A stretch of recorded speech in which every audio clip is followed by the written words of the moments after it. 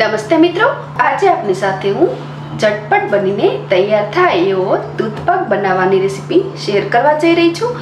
આજે આપણે દૂધ પાક થોડી અલગ રીતથી બનાવીશું। આ રીત મુજબ તમે ઓછા સમયમાં ફટાફટ બનાવીને સર્વ કરી શકો છો। તેમજ આ દૂધ પાક બનાવવા માટે હું એક સિક્રેટ ઇન્ગ્રેડિયન્ટ્સ યુઝ કરું છું, જેનાથી દૂધ પાકનું ટેક્સચર ખૂબ જ સરસ ઘટ આવે છે અને ટેસ્ટ પણ સરસ રીચ આવે છે। તો ચાલો બનાવીએ દૂધ પાક। મિત્રો, આ રેસીપી બનાવવા માટે અહીં આપણે હેવી બોટમ હોય તેવું વાસણ યુઝ કરવાનું છે। તેમજ વાસણ થોડું મોટું હોય તો મિક્સ કરવાનું કામ થોડું આસાન રહે। આ વાસણને મેં ઘીથી સારી રીતે ગ્રીઝિંગ કરેલ છે, જેનાથી દૂધ પાક ઉકાળતી વખતે ચોટે નહીં। હવે તેમાં હું એડ કરું છું 1 લીટર દૂધ। તમે કોઈ પણ ફૂલ ફેટ દૂધ અહીં લઈ શકો છો। સ્ટાર્ટિંગમાં આપણે થોડી વાર માટે સ્ટવની ફ્લેમ ફાસ્ટ રાખીશું, જેથી દૂધ ઝડપથી ગરમ થઈ જાય। મિત્રો, નેક્સ્ટ પ્રોસેસ માટે મેં લીધેલ છે 1.5 ટેબલસ્પૂન બાસમતી ચોખા। આ ચોખાને મેં 4-5 પાણીથી બરાબર ધોઈ લીધા છે।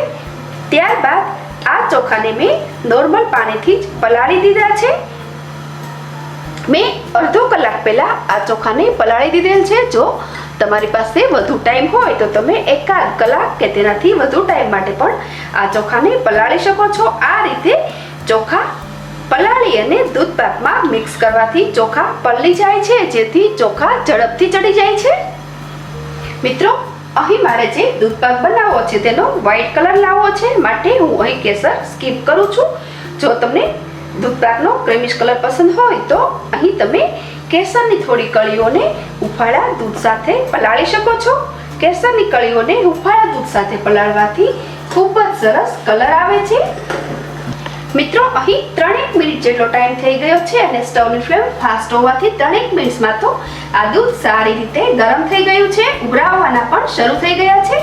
આ સમયે તેમાં હું એડ કરું છું પલાળેલા ચોખા। ગરમ દૂધમાં પલાળેલા ચોખા એડ કરવાથી ચોખા ખૂબ જ ઝડપથી ચડી જાય છે, જેથી દૂધ પાક બનાવવાનો આપણો ટાઈમ ઘણો અહીં બચી જાય છે। હવે ઉભરાવતા જ સ્ટવની ફ્લેમ થોડી ઓછી કરી દઉં છું। મેં અહીં 1 લીટર દૂધ સાથે 1.5 ટેબલસ્પૂન જેટલા બાસમતી ચોખા લીધા છે। તમે અહીં વધુમાં વધુ 2 ટેબલસ્પૂન જેટલા ચોખા લઈ શકો છો। 2 ટેબલસ્પૂનથી વધુ ચોખા લેવાથી આપણો દૂધ પાક એ ખીર બની જાય છે, માટે દૂધ પાક બનાવતી વખતે ચોખાનું પ્રમાણ વધી ન જાય એ વાતનું ધ્યાન રાખવાનું છે। મિત્રો, દૂધનો ઉભરો આવતા જ મેં સ્ટવની ફ્લેમ થોડી ઓછી કરી દીધી છે। 6 મિનિટ પછી આપણે એડ કરેલા ચોખા ચેક કરીએ। અહીં આપણે એડ કરેલ ચોખા ચડી ગયા છે। ચોખાના દાણાને પ્રેસ કરતા જે આસાનીથી પ્રેસ થઈ જાય છે। આ સમયે હું એડ કરું છું અડધો કપ એટલે કે 100 ગ્રામ ખાંડ। મિત્રો, 1 લીટર દૂધ સાથે 100 ગ્રામ ખાંડ લેવાથી દૂધ પાકમાં મીડિયમ સ્વીટનેસ આવે છે। તમે જે પ્રમાણે સ્વીટનેસ પસંદ હોય એ પ્રમાણે ખાંડની ક્વોન્ટિટીમાં વધઘટ કરી શકો છો। મિત્રો, નેક્સ્ટ પ્રોસેસ માટે મેં લીધેલ છે 1 ટેબલસ્પૂન જેટલી ચારોળી। દૂધ પાકમાં તેનો ટેસ્ટ ખૂબ જ સરસ આવે છે। આ ચારોળીને હું સાફ પાણીથી બરાબર વોશ કરી લઉં છું। નેક્સ્ટ પ્રોસેસ માટે એક બાઉલમાં મેં લીધું છે 2 ટેબલસ્પૂન જેટલું દૂધ।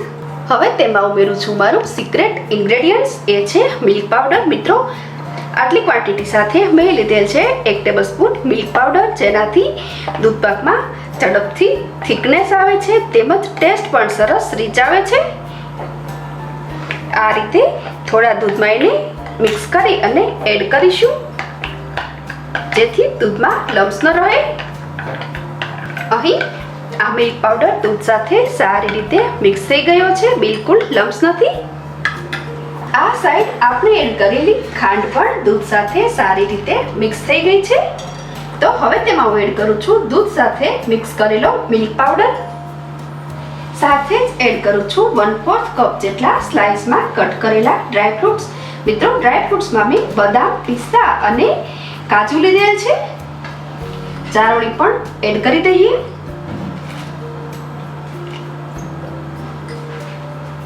હાફ ટીસ્પૂન જેટલો એલચી પાવડર એડ કરું છું। સાથે 1/4 ટીસ્પૂન જેટલો જાયફળ પાવડર પણ એડ કરું છું। સ્વાદ પસંદ ન હોય તો જાયફળ પાવડર તમે સ્કીપ પણ કરી શકો છો। મિત્રો, આ રીત મુજબ તમે 15 મિનિટ્સમાં સરસ મજાનો સ્વાદિષ્ટ એવો દૂધ પાક બનાવીને સર્વ કરી શકો છો. આટલી ક્વોન્ટિટીમાંથી 4 વ્યક્તિઓ આરામથી જમી શકે. તો અહીં આપણો દૂધ પાક બનીને તૈયાર છે. તો હવે હું સ્ટવની ફ્લેમ ઓફ કરી દઉં છું. 20 થી 25 મિનિટ પછી આ દૂધ પાક સરસ ઠંડો પડી ગયો છે. આ દૂધ પાકને ઠંડો પડી ગયા બાદ રેફ્રિજરેટરમાં રાખી ઠંડો પાડીને સર્વ કરવાથી વધુ સ્વાદિષ્ટ લાગે છે. અહીં આ દૂધ પાકની કન્સિસ્ટન્સી પરફેક્ટ છે અને તેમાં એડ કરેલા ડ્રાય ફ્રૂટ્સ આ દૂધ પાકને એવો તો ટેમ્પટિંગ બનાવે છે કે જોઈને જ ખાવાની ઈચ્છા થાય.